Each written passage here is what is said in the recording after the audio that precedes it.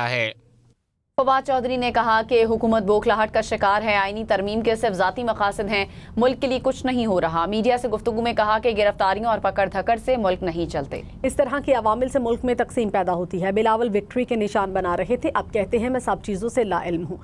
मुल्क में जहालत अरूज पर है, जमहूरियत का तमाशा बनकर रह गया है। अगर आपने इतना डर के हुकूमतें करनी है तो फिर क्या हुकूमतें होनी है, फिर वैसी हुकूमतें हो रही हैं जैसे कि आपके सामने। तो इसलिए ये घबराए हुए हैं। इस हुकूमत की तमाम तर जो पॉलिसीज़ हैं वो सिर्फ क्वारियन के ऊपर बेस है, बर्बरियत और फस्तायत के ऊपर बेस है। फलाने को उठा लो, उसको गायब कर दो, उसके ऊपर तशद्दुद कर दो, ये कर लो, वो कर लो। ये जो सारी पॉलिसीज़ हैं, मुल्क इस तरह नहीं चला करते। इनसे पाकिस्तान के अंदर तकसीम पैदा हो रही है। रात को बिलावल भुट्टो साहब जो विक्ट्री के निशान बना के निकल रहे थे, अब कहते हैं हमारा तो उन तरामीम से कोई ताल्लुक ही नहीं, मैंने तो देखी ही नहीं हुई थी, मैं तो मजबूर हूँ। मुशीर कानून बैरिस्टर अकील ने कहा है कि वज़ीर कानून से मुतालिक बयान को सयाक़ो सबाक से हटाकर पेश किया गया। ये कहना कि मुसव्विदा कहीं और से आया है मुनासिब नहीं। हम अदालती निज़ाम में बेहतरी के लिए कोशां हैं। अदालती और कानूनी इस्लाहात के लिए तमाम सियासी जमातें मुत्तफ़िक हैं।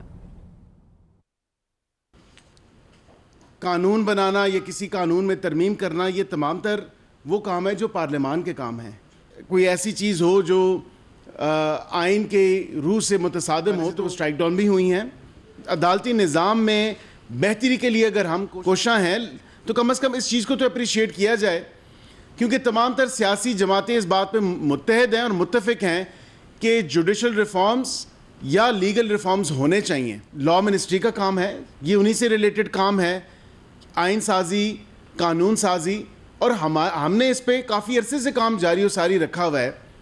ये कह देना कि ये पता नहीं कहीं और से आया है या ये लॉ मिनिस्ट्री को नहीं पता, ये माज़रत के साथ, और लॉ मिनिस्टर साहब की भी मैं ऑन रिकॉर्ड कह दूं कि लॉ मिनिस्टर साहब की भी स्टेटमेंट को स्याह सबाक से हट के जिस तरह ने पेश किया, मुझे अफसोस होता है इस बात। उनकी बात करने का मकसद कुछ और था लेकिन उसका मतलब कुछ और लिया गया।